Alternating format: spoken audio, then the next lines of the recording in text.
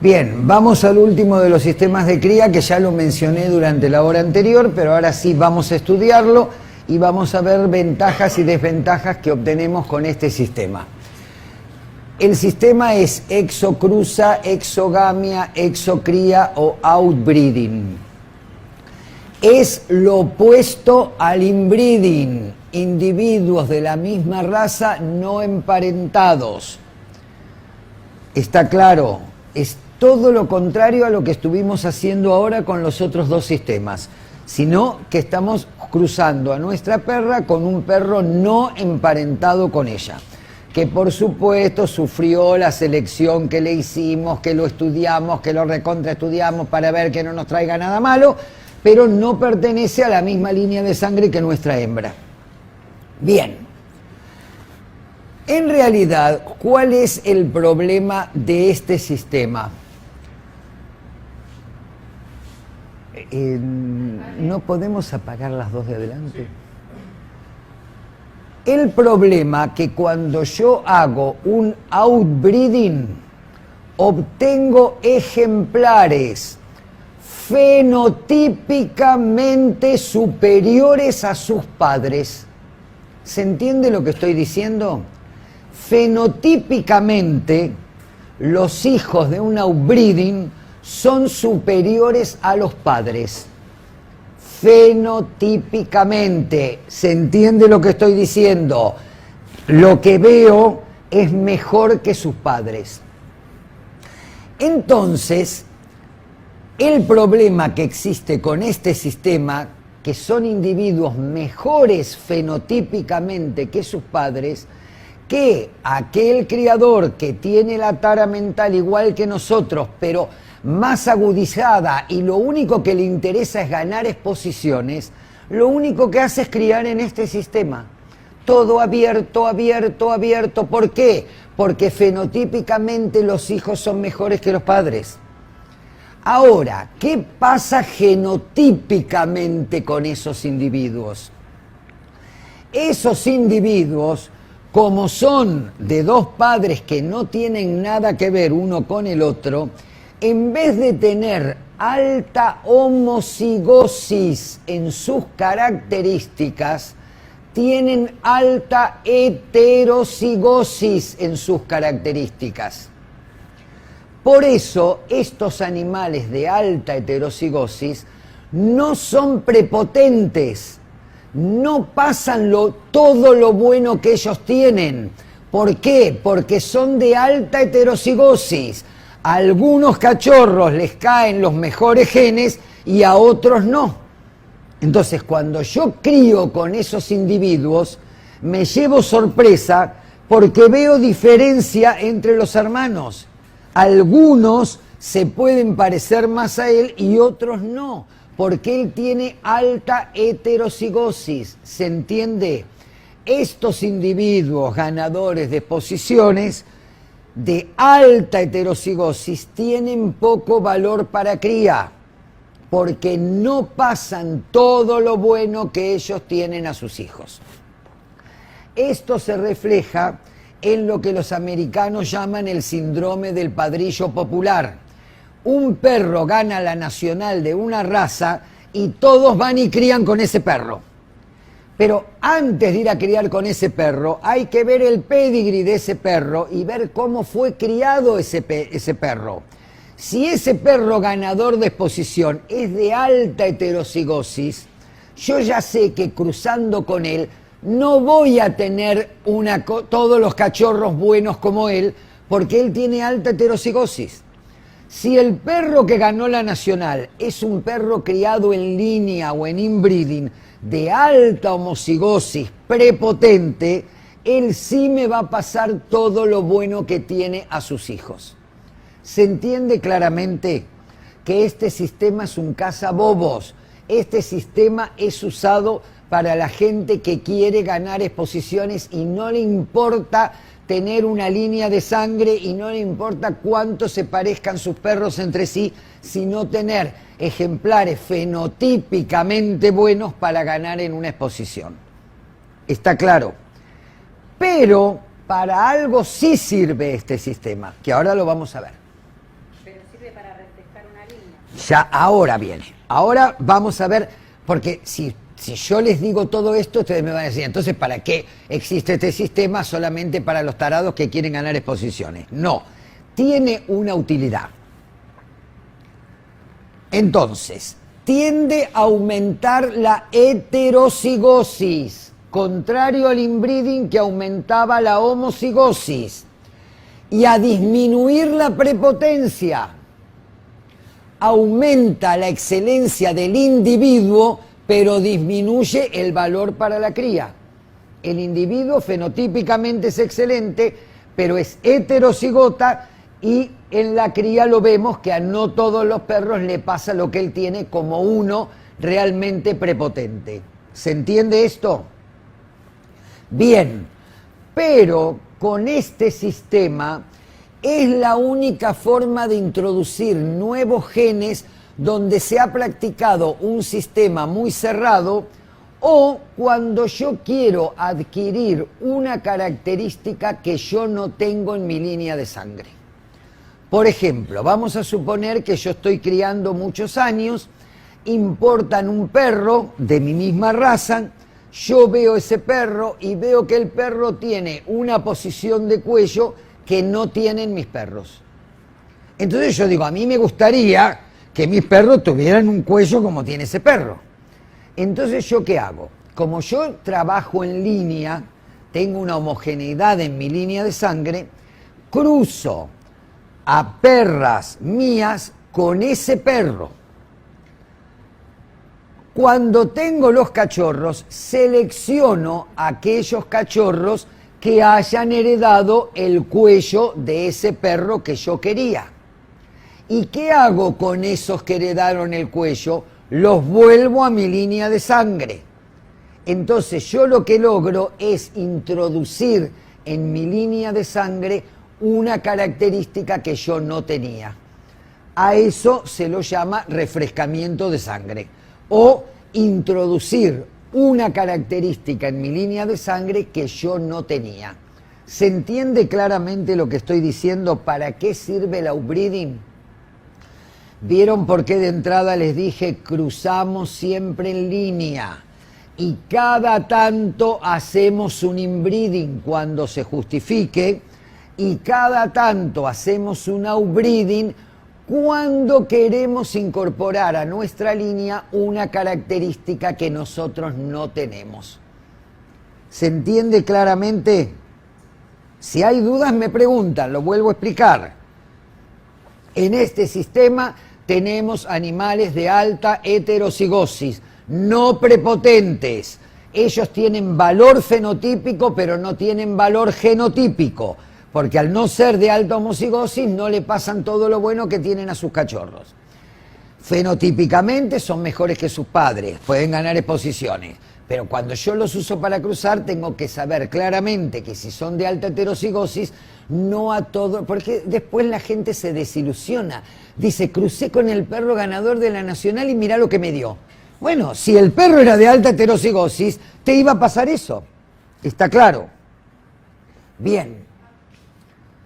Sí. Una pregunta que por ahí tiene que ver también con lo anterior. Por ejemplo, si yo cruzo un perro, un macho que tiene buen hueso, con una hembra que tiene buen hueso, ¿sí? Sí.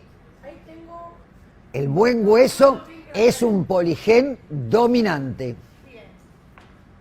Bueno, ahí es como que también estuviera haciendo como un breeding. No. Una característica. No, porque esa es una característica. Vos cuando haces un inbreeding sobre todas las características. Pero por supuesto que cuando hacemos estos cruzamientos y antes hicimos la selección, tenemos que acordarnos de todo eso que vos estás diciendo. Si el perro tiene buen hueso y es característica dominante, me la va a pasar. Si tiene buena amplitud de pecho, buena caja torácica, es dominante, me lo va a pasar. Si tiene buen movimiento, es recesivo. Está claro. Y si tiene mal movimiento, tiene más dominantes que recesivos y me va a tapar el buen movimiento de mi hembra. Por eso, 2 horas estuve con la selección. Y ahora hicimos 2 horas de sistemas de cría. Pero si no seleccionamos primero, no podemos hacer esto. Primero tenemos que hacer la selección y después hacemos esto. Bien.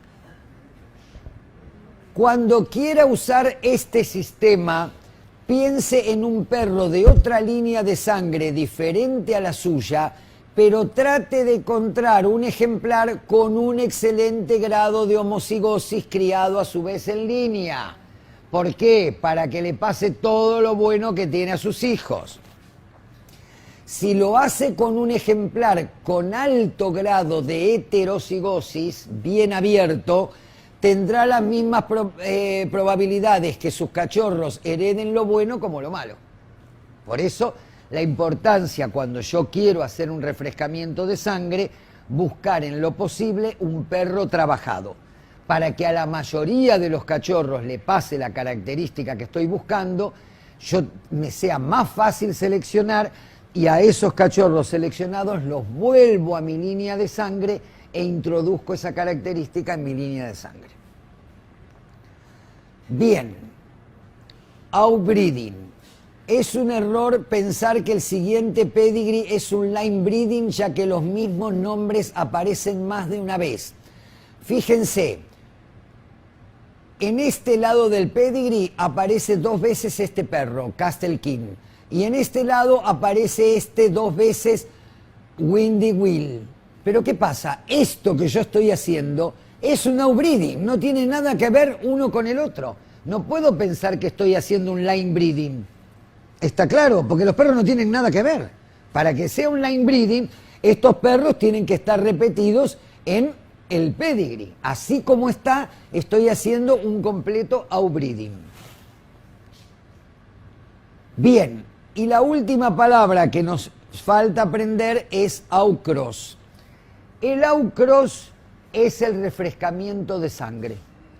Si yo digo outbreeding, lo único que hago es cruzar con un perro que no tiene nada que ver con mi perra. Si yo digo voy a hacer un outcross, voy a cruzar con un perro que no tiene nada que ver con mi perra. Voy a seleccionar y voy a volver a mi línea de sangre. Ese proceso se llama outcross. Salir para volver a mi línea de sangre. ¿Se entiende? Porque van a escuchar esta palabra también. Pero outcross no es un cruzamiento abierto porque sí, como un outbreeding.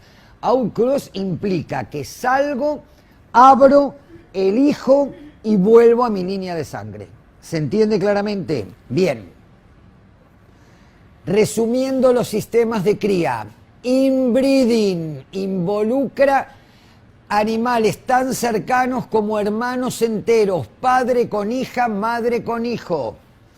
Line breeding, parentesco no tan cercano, medios hermanos, abuelo con nieta, primos, tío con sobrina.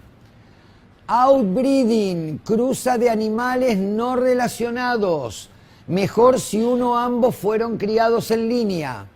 Outcross es una apertura de sangre para volver a la línea de sangre.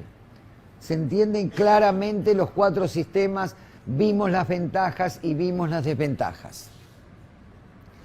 Bien, esta es una diapo que la pongo acá y en el curso de genética, cuando llega el momento de esta, los hago trabajar para que muevan la masa encefálica, pero hoy en función de que estamos buscando estrategias para criar mejores perros, lo voy a hacer rápido y lo voy a decir yo. Fíjense, acá tienen un macho y tienen 3 hembras. Cada vez que se repite un número o una letra, estamos hablando del mismo perro. Entonces, si yo cruzo el macho A con este pedigree, con la hembra B con este pedigree, nada tiene que ver con nada y lo que estoy haciendo es un outbreeding. 2 animales que no tienen nada que ver. Si yo cruzo el macho A con la hembra D y miro los pedigrees, acá la cosa me cambia. Porque ¿de quién es hija la hembra D? Del macho A. Y si yo a ella la cruzo con el macho A, que es su padre, estoy haciendo un inbreeding. ¿Se entiende? Y si cruzo el macho A con la hembra C, fíjense lo que va a pasar, que en el hijo el perro 1 va a estar 1, 2, 3, 4 veces y la perra 2 va a estar 1, 2, 3, 4 veces. Estoy haciendo un doble line breeding sobre el perro 1 y sobre la perra 2.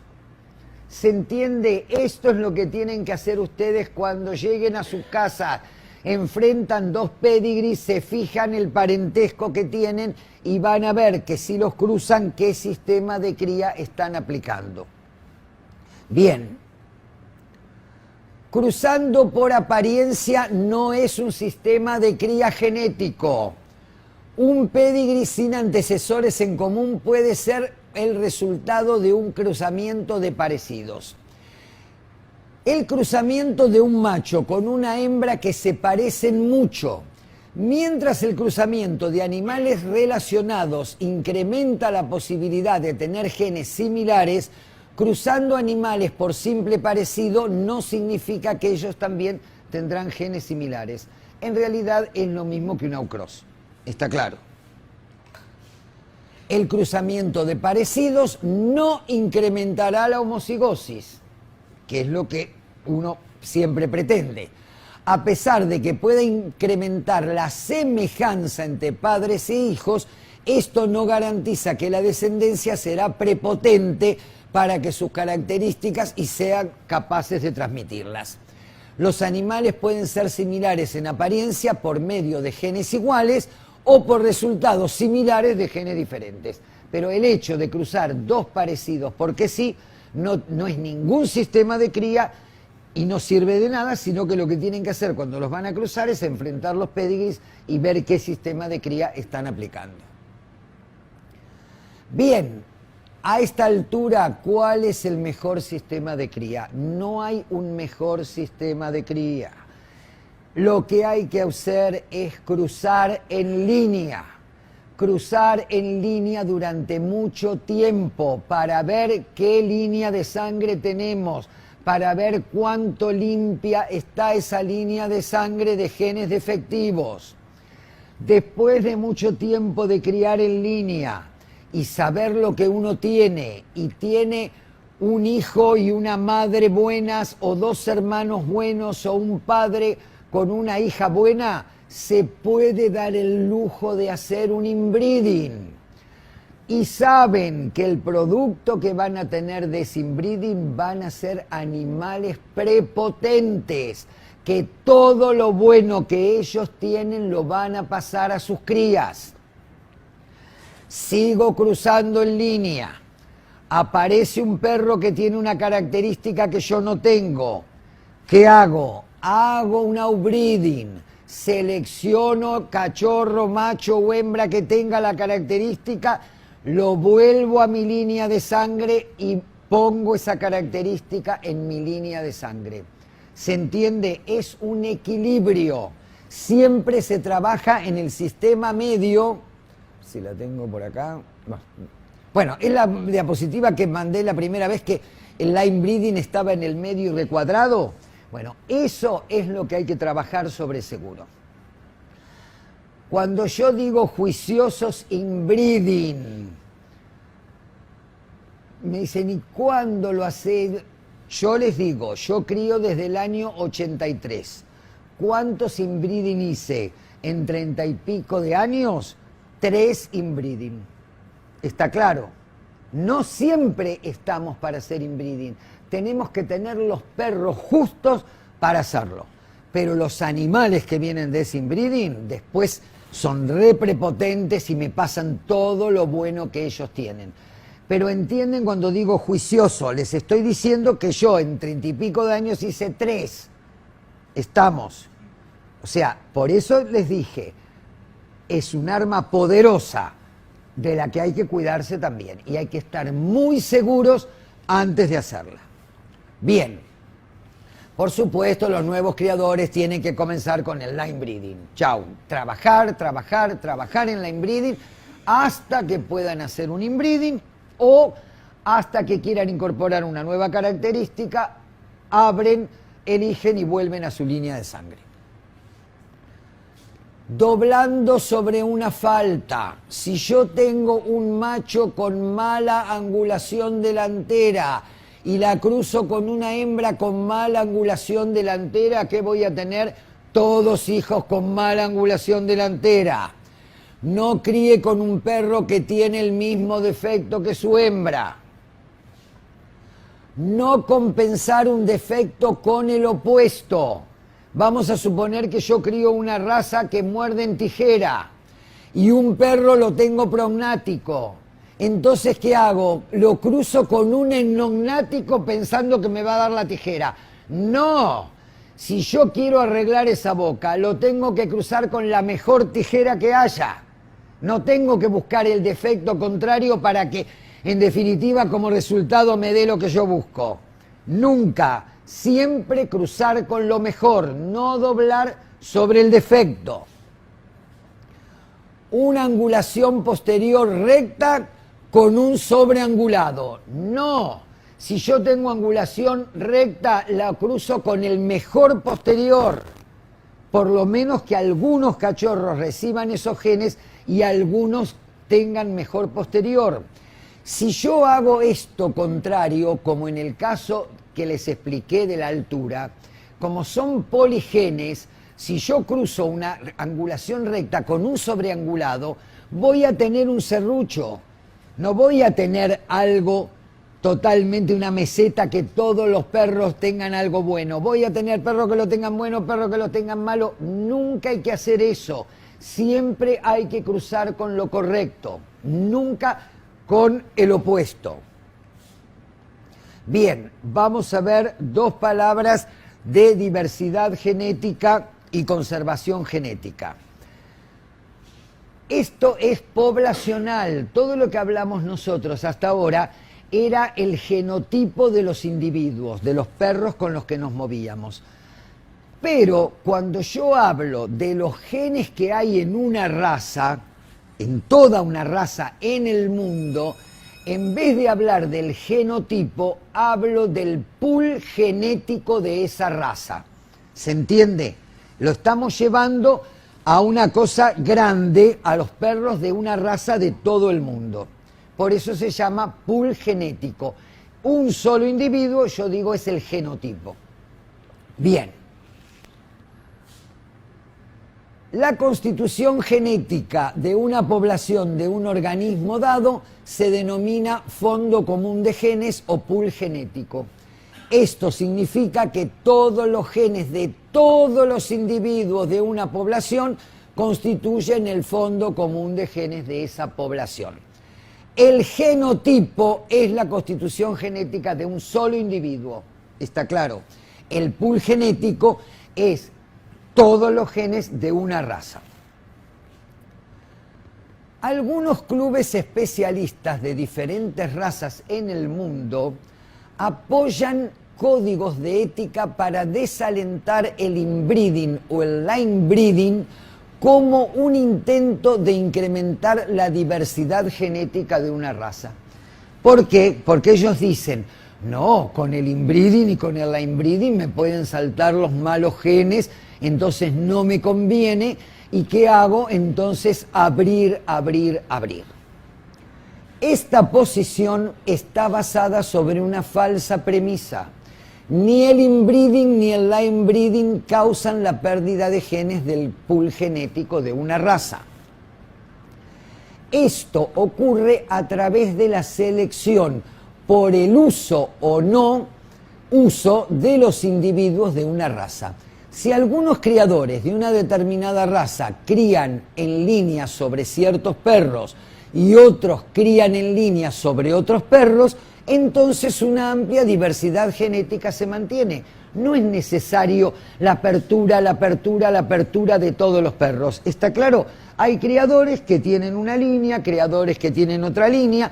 Si un criador de una línea usa un perro de otra línea y este a su vez usa un perro de otra línea, la diversidad genética se va a mantener. No es necesario lo que hacen los americanos de que todo tiene que ser outbreeding. Los criadores deberían seleccionar para sus cruzamientos los mejores individuos de todas las líneas de sangre. Vuelvo a la palabra seleccionar, con todo lo que implica. Hay una tendencia de muchos criadores a cruzar con el ganador tope de las exposiciones, el síndrome del padrillo popular. Así, el pool genético derivará en la dirección de ese único perro y habrá pérdida de la diversidad genética, porque si todos los criadores van a cruzar con el perro que ganó la nacional, ahí sí van a perder la diversidad genética. Mientras unos criadores crucen en línea de una manera y otros de otra, la diversidad genética en la raza se va a mantener. Demasiados cruces sobre un solo perro, en el caso del padrillo popular, le darán al pool genético una extraordinaria dosis de sus genes y también de aquellos recesivos perjudiciales que él podría portar. Esto puede causar futuras enfermedades genéticas relacionadas a la raza a través de ese efecto instaurado que todo el mundo va y sirve con el mismo perro. Los perros que son pobres ejemplos de su raza no deberían ser usados simplemente para mantener la diversidad genética, porque hay algunos tarados que dicen, no, para mantener la diversidad genética la voy a servir con este. Y ustedes lo ven y es un monstruo. ¿Qué diversidad genética vas a mantener con el monstruito ese? Entonces, busquen parientes con cualidades deseables que puedan usar y mantener mejor la raza. Y no por el hecho de decir, voy a hacer la diversidad genética, crían con un monstruo. Los criadores deberían concentrarse en la selección hacia el estándar de la raza, basado en el temperamento ideal, que lo vimos el otro día, la función que tiene que cumplir el perro y la conformación. Y deberían seleccionar en contra de los problemas inherentes de salud inherentes a la raza. Todo lo que vimos la vez pasada. ¿Qué constituye una aceptable diversidad genética versus una restringida? Los problemas con la diversidad genética en las poblaciones puras tienen que ver con la fijación de genes recesivos malos, que cuando se encuentran en homocigosis causan enfermedad. Si no hay diversidad, pero la homocigosis no es perjudicial, no se afectará la salud de la raza. Yo todo lo que digo sigo a un genetista americano que se llama Gerald Bell, se escribe con J, Gerald y Bell como campana. Pueden entrar en internet y leer miles de artículos de este tipo y yo estoy de acuerdo con todo lo que él dice. Él es el que nos dice que si las líneas son limpias, los problemas no los vamos a tener. Mientras que en internet pueden leer montones de tipos que les van a hablar pestes del inbreeding y del linebreeding y que van a aconsejar que todo se haga en outbreeding. Y no es así. Todo en outbreeding nunca voy a obtener mi propia línea de sangre. Está claro. Siempre y cuando la selección sea buena. Eso es lo que más nos tiene que preocupar, una buena selección buscando todo lo bueno por un lado y evitando todo lo malo por el otro. Conservación genética es lo contrario a diversidad genética. Los problemas observados causados en algunas razas de un limitado pool genético han apoyado el outbreeding de todos sus perros. Otra vez lo mismo, razas con pocos perros, y entonces dicen, no, vamos a abrir y abrir y abrir y abrir y hacer heterocigotas y hacer heterocigotas. Los estudios en conservación genética han mostrado que esta práctica actualmente contribuye a la pérdida de la diversidad genética. O sea que no hay que hacer eso. Cruzando uniformemente todas las líneas en una raza, se pueden eliminar las diferencias entre ellas. Malísimo. Y por lo tanto la diversidad entre los individuos. El proceso de mantener líneas saludables o familias de perros con muchos criadores cruzando entre las líneas y volviendo luego a las suyas, mantiene la diversidad del pool genético. Lo que expliqué antes. Yo tengo una línea, busco un perro de otra línea que también esté trabajado y me puedo dar el lujo de traer algo de esa línea a la mía. Y con eso voy a mantener perfectamente la diversidad del pool genético. Dos palabras con respecto al efecto del abuelo materno. Esto está estudiado en caballos.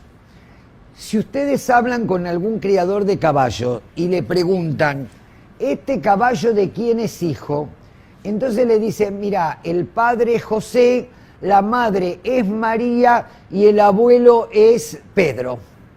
Siempre que ellos le hablan a ustedes, siempre les dicen el padre, la madre y el padre de la madre.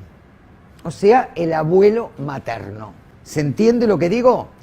Ellos le dan una importancia tremenda al abuelo materno, al padre de la madre. Y ahora vamos a ver por qué. Para hacer el cuentito, había un caballo secretariat en Estados Unidos que ganó todas las copas del mundo. Era lo mejor que existió. ¿Y qué hicieron? Todos los que tenían las mejores yeguas del mundo las sirvieron con ese caballo. Ninguno de sus hijos ni de sus hijas tuvo la excelencia que tenía él. ¿Estamos? Y pasaba el tiempo, el caballo se volvía cada vez más viejo y les había agarrado una desesperación terrible porque ninguno de sus hijos varones ni de sus hembras había logrado la excelencia que él tenía y que la demostraba en las carreras. Hasta que empezaron a aparecer nietos, hijos de sus hijas, que empezaron a mostrar la excelencia que tenía el caballo. Nunca nietos, hijos de sus hijos, solamente hijos de sus hijas. ¿Está claro? Por eso se llama el efecto del abuelo materno y pasa a través de la línea de la madre. Ahora vamos a explicar qué es lo que se cree. Vamos a suponer que el caballo ese famoso secretariat lo vamos a comparar con un tipo que tiene el pelo color azul, para que ustedes lo entiendan. Ese tipo que tiene el pelo de color azul tiene hijos e hijas con pelo de color marrón.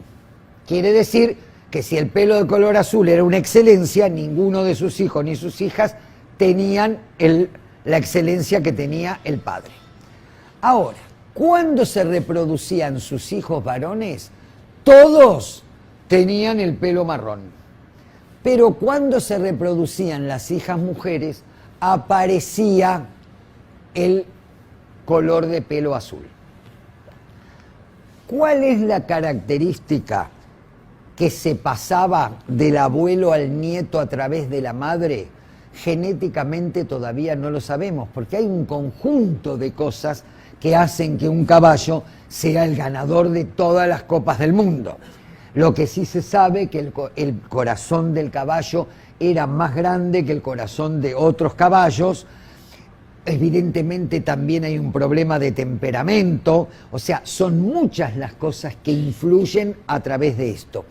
Pero el problema que nos está pasando con esto es que salta las leyes de Mendel, porque para que la bondad que tiene, que no sabemos cuál es, pase a sus nietos, tiene que ser únicamente a través de la línea de la madre. ¿Y por qué pasa esto? Porque hay genes que se heredan en forma inactiva. Cuando estos nacían, tenían el gen para esta característica en forma inactiva. Cuando estos se reproducían, jamás activaban el gen y no lo pasaban a sus hijos. Pero cuando las hembras hacían la reproducción, ellas activaban el gen y recién aparecía la característica. ¿Por qué sabemos esto? Porque es lo mismo que pasa con el tamaño del feto en una yegua. El caballo quiere que el feto que va a nacer sea lo más grande posible. pero la yegua sabe que cuanto más grande sea, más le va a costar el parto y hasta se puede morir ella en el parto. Entonces ella tiene genes que regulan el tamaño del feto, hasta dónde va a crecer antes de nacer. ¿Se dan cuenta? Con eso mismo que tiene la hembra para determinar el tamaño del feto, también se piensa que esto que no sabemos qué es, también pasa exactamente lo mismo. La hembra, cuando se reproduce, lo puede activar y lo puede pasar, mientras que el macho jamás lo puede pasar. Todavía está en estudio, pero que ya que sabemos que esto existe, ya que sabemos que esto existe, cada vez que hagamos una cruza y que pongamos 2 pedigris para ver lo que estamos haciendo, miremos quién es el padre de la hembra. Porque si es un gran perro, sabemos que algo de lo grande que él tiene lo va a pasar a través de su hija a sus nietos. Sí. Estos.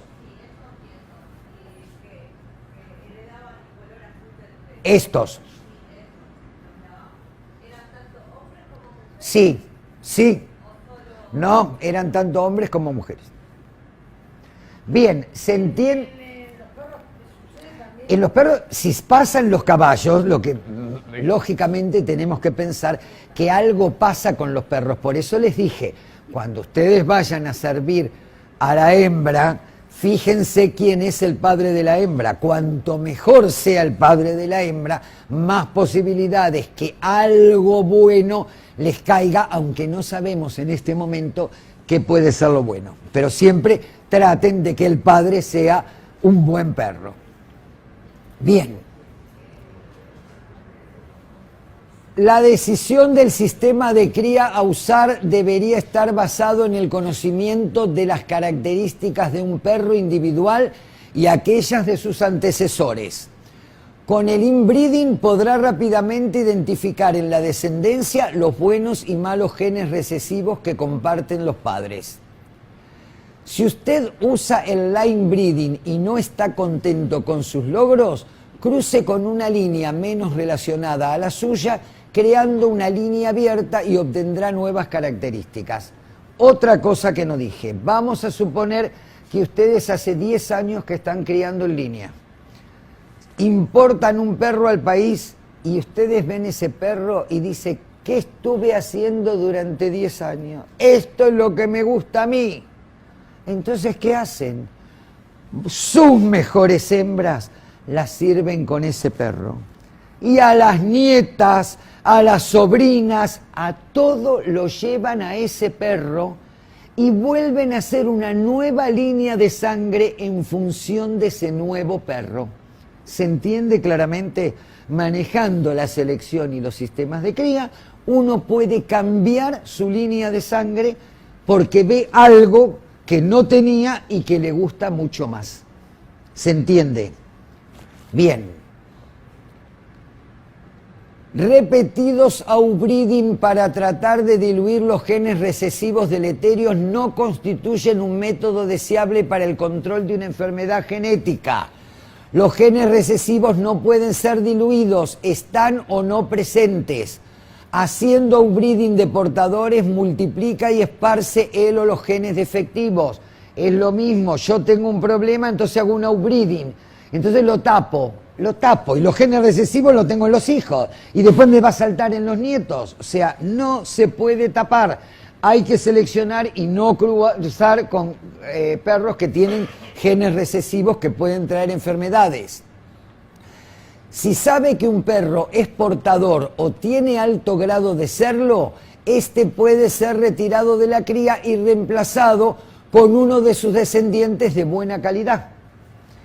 Estos descendientes deberían ser cruzados y reemplazados a su vez con propios descendientes de buena calidad, con la esperanza de perder, entre comillas, los genes recesivos, porque sabemos que no se pierden, están escondidos por generaciones.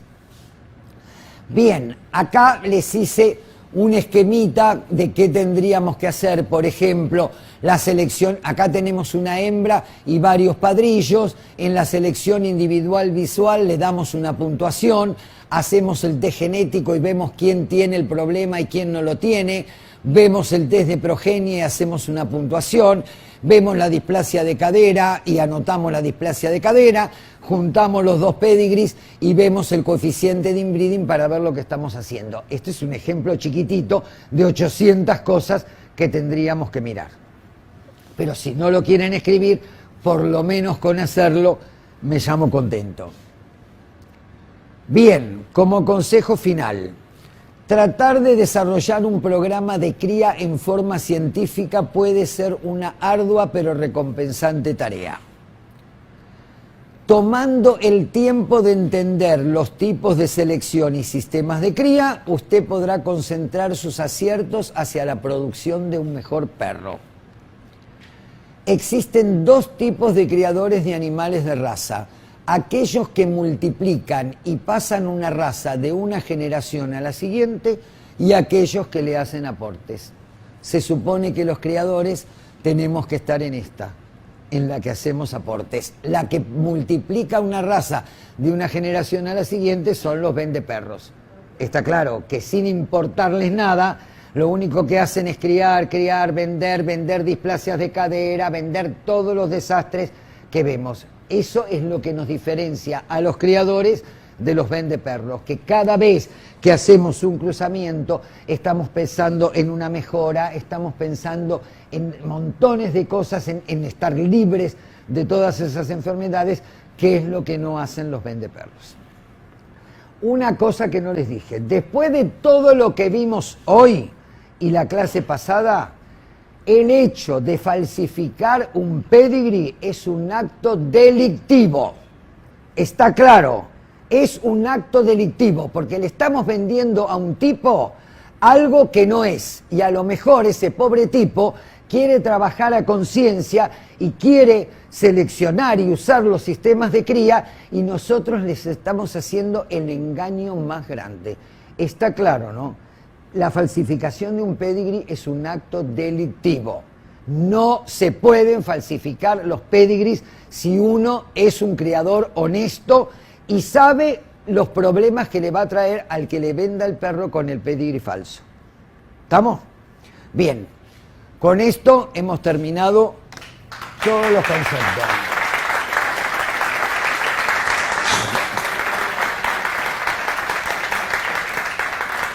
Si hay alguna pregunta que quieran hacer, pueden hacerla sin problema. Pero el que falsifica un pedigree ya no es nada. El que falsifica un pedigree es un sinvergüenza. Es un delincuente, por eso dije es un hecho delictivo. ¿Está claro? Estamos engañando a la persona que le vendemos ese perro. Y ese tipo, si es honesto y quiere trabajar bien, realmente va por mal camino porque no sabe lo que tiene.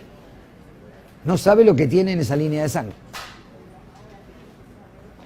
Bien, nos veremos en otra oportunidad. El año que viene, para los que no hicieron el curso de sinología, se va a hacer el curso de sinología. Así que a los que no lo hayan hecho, aprovechen el año que viene para hacerlo.